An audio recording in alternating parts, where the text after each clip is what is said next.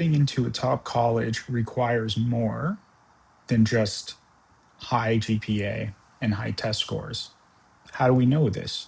And what do they call their system? And what are the factors that they actually judge you on? That's what I'm going to be talking about in today's video. So, in the mid 2010s, a group of students forced Harvard to answer this question. How do they decide who gets into their school? The answer might surprise you. Here's what happened. A group of students with perfect grades and perfect test scores applied to Harvard and they didn't get in. So they sued. During the lawsuit, Harvard was forced to disclose their admissions process, how it works, and how they decide who gets into their school. Of course, grades and test scores matter, but we learned that Harvard also evaluates each applicant's personality. In fact, Harvard assigns each applicant a personality score. The students who brought the lawsuit had perfect grades and test scores, but they had low personality scores, and that's why they didn't get in. So, what does Harvard call this system? Holistic admissions. It's about achievement and personality, in other words, the whole person. Now, holistic admissions might sound like a buzzword. In fact, when I was meeting with a client a couple of weeks ago, I was explaining this, and the dad said, yeah, he hand waved it. That's just a buzzword, but how does it actually work? Holistic admissions is not just a buzzword. In fact, it's the way that colleges describe the technical system that they use to evaluate applicants. So what that means is holistic admissions in the most simple sense, it equals your scores and GPA, your school achievements, but your personality. So holistic admissions equals personality score. So we know that Harvard does this. But if you're not applying to Harvard, why should you care about this? Because in 2026 and beyond, every top college uses holistic admissions, meaning every top college uses a personality score. So now what I'm going to go through is a cross-section of top colleges and universities in their own words describing their admissions process. So let's start with NYU.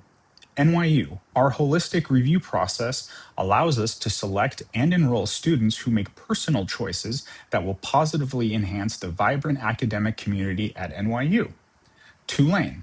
At Tulane, we holistically review applicants. We want to get a well-rounded picture of who you are as a student and a person. University of Texas at Austin. University of Texas uses an individualized, holistic review process to consider each freshman application. The College of William and Mary.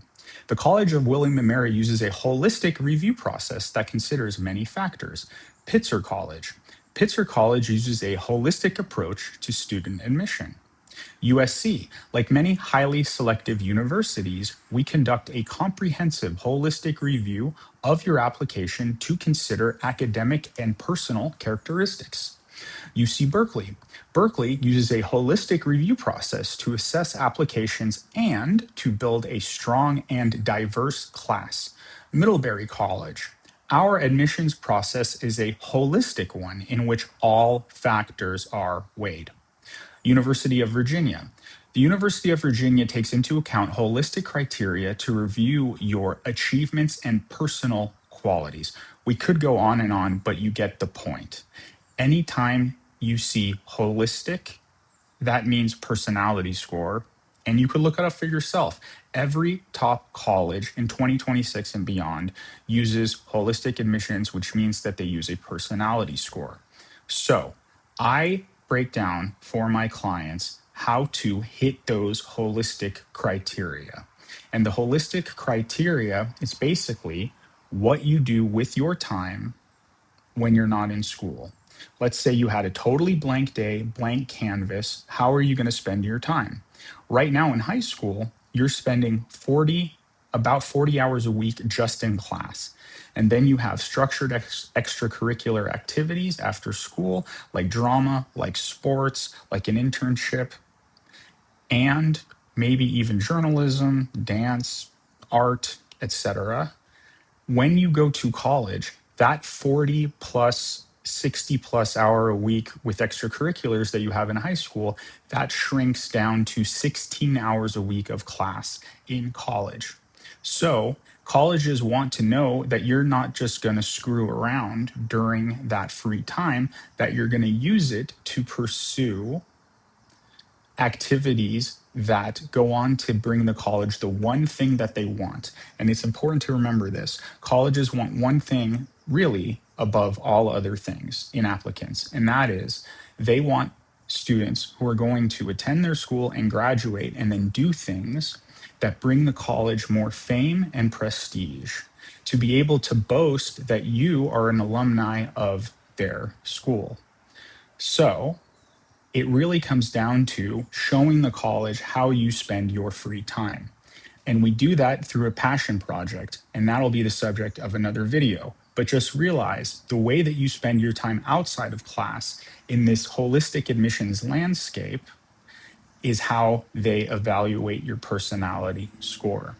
So, my name is Rick Gelber. I'm the founder of Prestige Admissions, and I help students all over the country get into the best colleges and universities in the world.